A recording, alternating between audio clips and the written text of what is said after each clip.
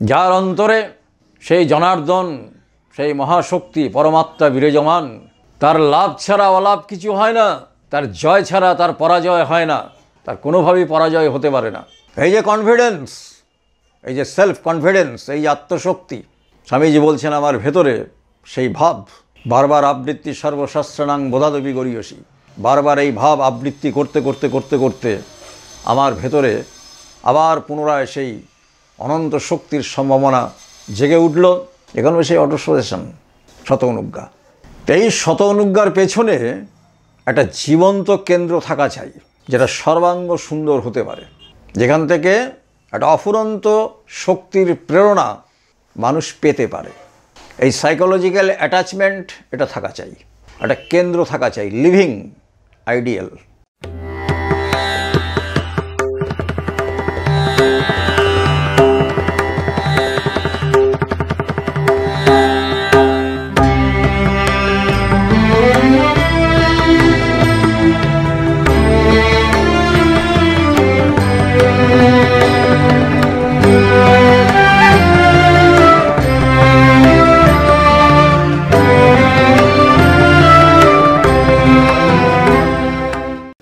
খেলাধুলার জগতে দেখা যায়, সে ক্রিকেট খেলাই হোক, ফুটবল হোক, ভলিবল হোক, ব্যাডমিন্টন হোক, টেনিস হোক, বা যে কোনো খেলাই হোক না কেন, একজন কোচ যিনি খেলোয়াড়দের ট্রেনিং দেন, কোচ কিন্তু তার নিজের অজ্ঞাতসারেই খেলোয়াড়কে যে ট্রেনিংটা দেন, তার মধ্যে কিন্তু এই সায়েন্স অফ অটোসাজেশন, এই বিজ্ঞানটা কিন্তু সেখানেও কাজ করে। কিভাবে করে একটা উদাহরণ নেওয়া যাক। একজন ফুটবল প্লেয়ারকে তার কোচ একটা দুরূহ অ্যাঙ্গেল থেকে গোলে শট মারার প্রক্রিয়াটা শেখাচ্ছেন, কিন্তু সেই দুরূহ অ্যাঙ্গেল থেকে সে বারবার বলটিকে মারা সত্ত্বেও দেখা গেল যে সে লক্ষ্যভেদ করতে পারছে না। সেই সময় কোচ কী করেন, সেখানেও কিন্তু সেই শত অনুজ্ঞা অটোসাজেশন, বা সেখানেও কিন্তু সেই স্পিচ থেরাপি, বাকশক্তির প্রয়োগ করা হয়। এই বাকশক্তিটাকে আমাদের উপনিষদে বা ঋষির যে অনুশাসন, সেখানে বাক ব্রহ্ম বলা হয়েছে, বাক শক্তি বলা হয়েছে। বাক্যের একটা শক্তি আছে, কিন্তু এই বাক শক্তি এর অর্থ বাচালতা নয়, শাব্দিক কোনো অপপ্রয়োগ নয়, সঠিক শব্দ নির্বাচন এবং সেই শব্দের সাথে সেই শব্দকর্তা যিনি এই শব্দটি উচ্চারণ করছেন তার কনসেন্ট্রেশন, তার ইমোশন, তার পার্সোনালিটি, তার সেন্টিমেন্ট, তার সেই বাক্য প্রয়োগ করার অ্যাটিটিউড, বডি ল্যাঙ্গুয়েজ, চোখের দৃষ্টি, সবটা মিলে এমন একটা সঙ্গতি, কোঅর্ডিনেশন তৈরি হয়, যেটা ওই খেলোয়াড় শ্রোতার মস্তিষ্কে একটা প্রভাব বিস্তার করে। ঠিক অমন্তর সার্বিক সঙ্গতিটা যদি না হয়, কোঅর্ডিনেশনটা যদি না হয়, তাহলে কিন্তু সেই শ্রোতা খেলোয়াড়ের মনের মধ্যে সেটা কিন্তু কার্যকরী হবে না।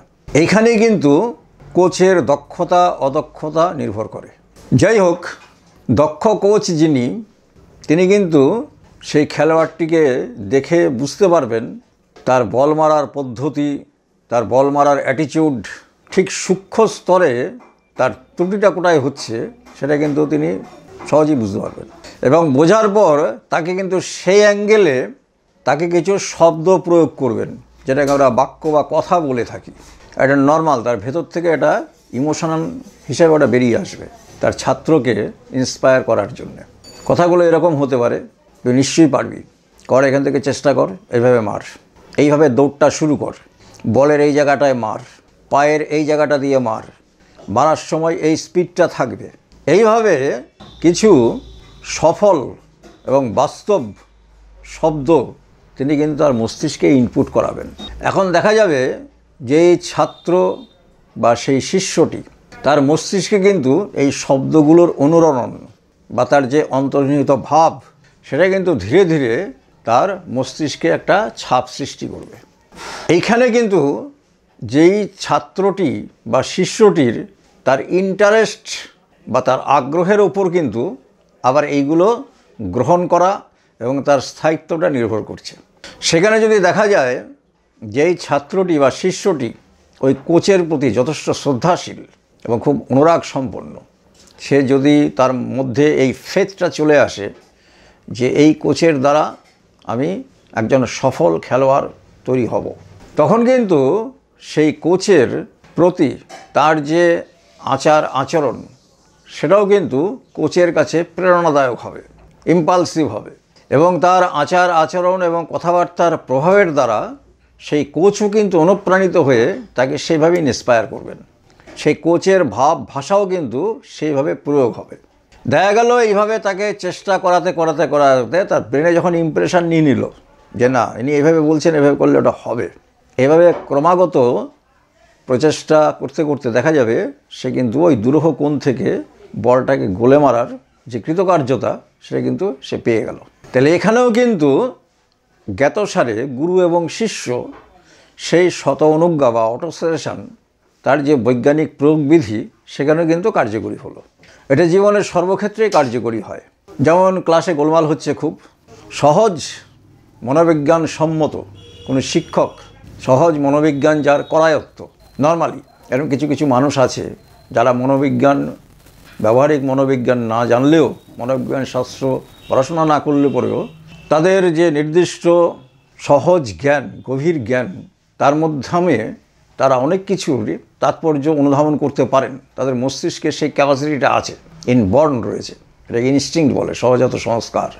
দেখা গেল তেমনতর একজন দক্ষ সংস্কার সম্পন্ন শিক্ষক যে ছাত্রটি বেশি গোলমাল করছেন তাই কাছে রাখলেন, তার মধ্যে থেকে ইমোশনালি, সেন্টিমেন্টালি এমন একটা ভাষা বেরিয়ে আসলো, এমন একটা শব্দের অনুরণন সৃষ্টি হলো যেটা সেই দুষ্ট ছেলেটির মস্তিষ্কে কিন্তু প্রভাব বিস্তার করলো। বাবা গোল করিস নে, কেন গোল করছিস? সহজ সহজ কথা এমনভাবে তাকে বললেন, দেখা গেল তার মস্তিষ্কে কিন্তু সেটা একটা প্রভাব বিস্তার করলো। এখানেও কিন্তু সেই অটো সাজেশন বা সূক্ষ্ম মনোবৈজ্ঞানিক একটা ক্রিয়া সেখানে কাজ করলো।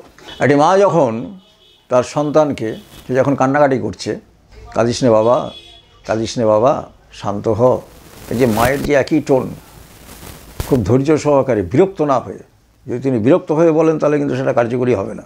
খুব গভীর স্নেহ এবং প্রেমের স্বরে বারবার তার মাথায় হাত বুলিয়ে হতে বলছেন, এটা টাচ থেরাপি, এই যে স্পর্শ করছেন, টাচ থেরাপি, স্পর্শ চিকিৎসা, এই যে স্নেহের স্পর্শটা শিশুটির মধ্যে প্রবেশ করছে, ওই স্নেহের স্পর্শটা তার মস্তিষ্কের মধ্যে কিন্তু একটা সূক্ষ্মভাবে ক্রিয়া করে।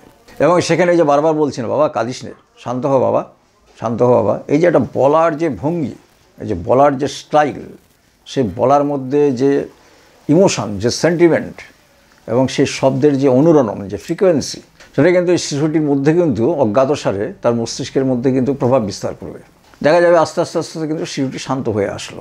সেখানেও কিন্তু এই সম্মোহন বিদ্যার অজ্ঞাতসারের প্রয়োগ কৌশল হলো এবং এই শতনুজ্ঞা যেটাকে বলা হচ্ছে সেটাও কিন্তু কার্যকরী হলো। আমরা স্বামী বিবেকানন্দের লাইফে পাই, তিনি যখন দক্ষিণ ভারত পরিভ্রমণ করছেন, ক্ষুধায় তৃষ্ণায় কাতর, আজ থেকে কত বছর আগে, ভারতবর্ষের ঋষির বেদান্ত দর্শন, তার পরমারাধ্য গুরুদেব অবতার বরিষ্ঠ শ্রী শ্রী রামকৃষ্ণদেবের অনুশাসনবাদ মাথায় নিয়ে এবং একমাত্র তাকেই সম্বল করে, কোনো রকম পার্থিব সম্বলকে অবলম্বন না করে, একটা ভরপুর আত্মবিশ্বাসের উপরে দাঁড়িয়ে পরিব্রাজক হিসেবে তিনি পরিভ্রমণ করছেন, ক্ষুধায় তৃষ্ণায় কাতর হয়ে আছেন। তিনি নিজের আত্মজীবনীতে বলছেন যে 3-4 দিন আহার জোটেনি, পথশ্রমে ক্লান্ত, একটা গাছের নিচে শয্যাশায়ী হয়ে আছেন, দুর্বল, অবসন্ন, চলার মতো শক্তি নেই। তার মানসিক অবস্থা এমন জায়গায় পৌঁছে গেছে যে তিনি ধারে কাছে কোনো মানুষজন দেখতে পাচ্ছেন না। তার এমন মনে হচ্ছে যে এই অনাহারে, ক্লান্তিতে, শান্তিতে বোধহয় এখনই প্রাণ বিয়োগ হয়ে যাবে।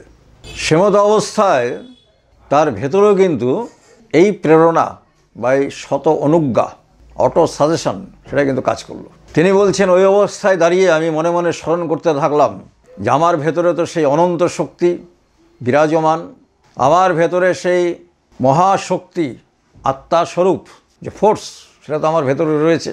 তাহলে এই আত্মার শক্তি বা এই যে ফোর্স, এ তো কখনো পরাজিত হয় না, এ তো কখনো ক্লান্ত হয় না। আমার ভেতরে তো অনন্ত শক্তি লুক্কায়িত আছে। আমি কেন দুর্বল হব? আমি কেন অবসন্ন হব? আমি এই দুর্বলতা, অবসন্নতাকে অবশ্যই জয় করব আত্মশক্তির দ্বারা। বুদ্ধদেব যেটাকে বলেছিলেন, আত্মদীপ ভব, আত্মার আলোকে আলোকিত হও। পুরুষোত্তম অনুকূলচন্দ্র যাকে বলছেন ঠাকুরত্ব জাগানো। ম্যাটারটা একই, ব্যাপারটা একই, শুধু ভাষার তারতম্য। স্বামীজি বলছেন যে বারংবার এইভাবে ওই ক্লান্ত অবসন্ন অবস্থায় আমার ভেতরে অনন্ত শক্তি বিরাজমান, আমি সেই মহাশক্তির অংশ, আমি পরাজয় স্বীকার করতে বাধ্য নই। লাভস্তেষাং জয়স্তেষাং কুতস্তেষাং পরাজয় যেষাম ইন্দিবর শ্যাম হৃদয়স্থ জনার্দন।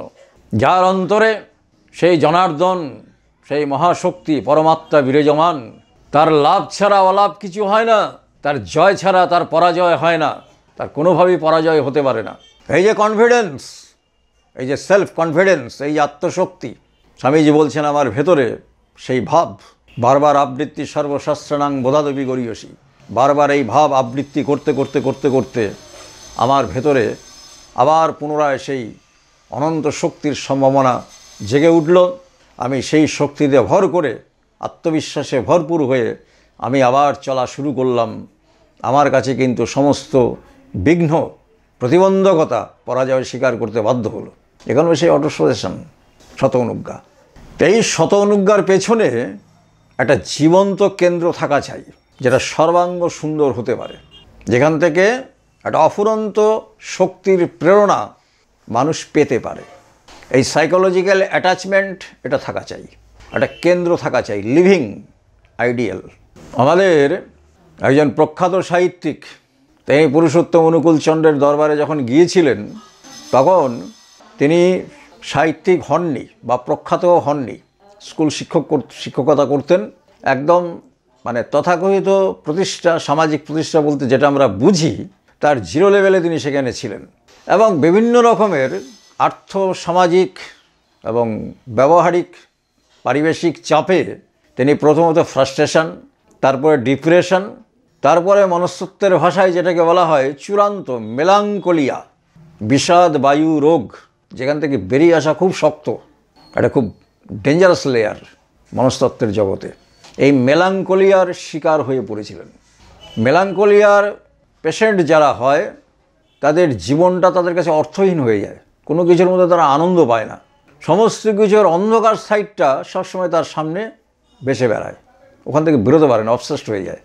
মনস্তত্ত্ব এর এখনও পর্যন্ত উপযুক্ত চিকিৎসা খুঁজে বার করতে পারেনি। এর উপযুক্ত চিকিৎসা একমাত্র আছে সেই সিদ্ধ মহাপুরুষ, ডিভাইন পুরুষের হাতে, যেটা শ্রীকৃষ্ণ অর্জুনকে করেছিলেন। অর্জুন তো সেই সময় মেলাঙ্কোলিয়াতে ভুগছিল। ভগবান শ্রীকৃষ্ণ অর্জুনকে সেই মেলাঙ্কলিক স্টেজ থেকে কিন্তু তাকে একটা এক্সট্রিম পজিটিভ স্টেজে নিয়ে আসলেন।